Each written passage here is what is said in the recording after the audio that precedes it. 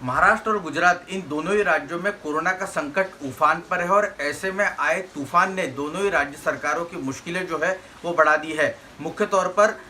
जो मौसम विभाग है उन्होंने अनुमान जताया था कि देश का जो पश्चिमी तटीय इलाका है वहाँ पर निसर्ग नाम का तूफान जो है वो 3 जून को दस्तक देगा और हुआ भी कुछ इसी तरह। महाराष्ट्र के जो तटीय इलाके हैं वहाँ पर रायगढ़ डिस्ट्रिक्ट में करीबन 1 बजे इस निसर्ग नाम के तूफान ने जो है वो दस्तक दी। इसके पहले ही मुंबई, ठाणे, रत्नागिरी, सिंधुदुर्ग और रायगढ़ ये जो जिले हैं जहाँ पर तटीय क्षेत्र आता है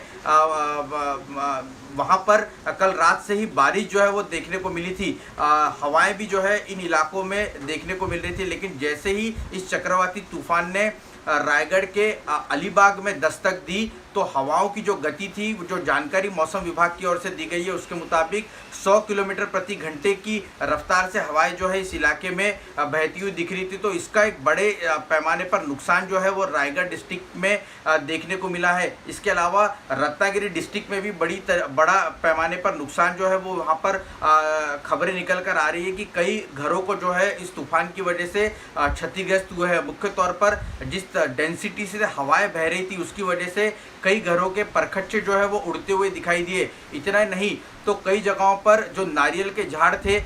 उसके गिरने की वजह से बड़े पैमाने पर नुकसान जो है वो उठाना पड़ा है। इतना ही नहीं तो बिजली के जो पोल्स होते हैं वो भी गिरने की वजह से कई इलाकों में बिजली जो है वो पूरी तरीके से गुल है। तो कुल मिलाकर प्रशासन जो है इस सभी समस्या से निपटने की कोशिश कर रहा है, लेकिन जो अनुमान लगाया जा रहा था कि अलीबाग में जब ये लैंडफॉल करेगा यानी तूफान जब अलीबाग को हिट करेगा तो वो रुख मुंबई की तरफ कर सकता है, लेकिन चक्रवाती तूफान जो है वो मुंबई की तरफ आते आते उसने अपना रुख जो है वो उत्तर महाराष्ट्र की तरफ और गुजरात की तरफ शिफ्ट कर दिया। इस तरह की जानकारी मौसम विभाग ने दी। हालांकि मुंबई में सुबह से ही बारिश जो है वो होती रही, हवाएं भी चलती रही, लेकिन जिस डेंसिटी से रत्नागिरी या रायगढ़ में इन हवाओं की स्पीड देखी गई उतनी स्पीड जो है वो मुंबई के इलाकों में दर्ज नहीं की गई है। हालांकि मुंबई के कुछ इलाकों में ज़रूर पेड़ गिरने की घटनाएं जो है वो कई इलाकों से रिपोर्ट सामने आ चुकी है। इसकी वजह से कई टैक्सीज, कार जो है उनको भी नुकसान जो है झेलना पड़ा है, क्योंकि पेड़ गिरने की वजह से इन गाड़ियों को बड़ा नुकसान जो है हुआ है। इतना ही नहीं तो मुंबई के कई बिल्डिंग्स को भी तेज़ हवाओं की क्षति पहुंची और वहां पर भी नुकसान की खबरें जो है वो निकल कर आई है। हालांकि फिलहाल राज्य सरकार की ओर से इन सभी इलाकों में जहां पर फिलहाल ये तूफान आकर आगे जा चुका है वहां पर पंचनामे करने के आदेश जो है वो राजस्व विभाग की तरफ से आदेश जारी कर कलेक्टर्स को दिए गए हैं। कुल मिलाकर अभी ये नहीं कहा जा सकता कि महाराष्ट्र पर से खतरा जो है वो टल चुका है। मुंबई पर से ज़रूर ये खतरा टल चुका है, ऐसा कहे तो गलत नहीं होगा, लेकिन अब ये जो चक्रवाती तूफान है उसने अपना रुख नासिक, जलगांव की तरफ रुख जो है वो कर दिया और वो होते हुए गुजरात में राज्यों में तैनात की थी। मुख्य तौर पर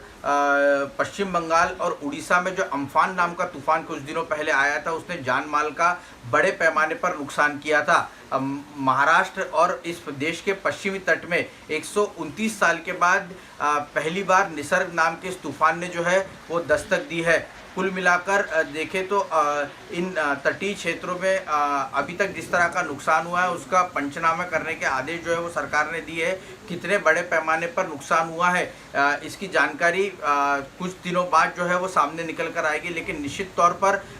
जो अंदाज मौसम विभाग ने जताया था उसके मुताबिक 100 किलोमीटर प्रति घंटे की रफ्तार से इन इलाकों में जैसे ही लैंडफॉल हुआ है इस तूफान ने दस्तक दी है। ज़बरदस्त हवाएं जो है वो ज़बरदस्त डेंसिटी की हवाएं जो है वो यहाँ इस इलाके में देखने को मिली है, जिसकी वजह से कई घरों को जो है वो नुकसान उठाना पड़ा है।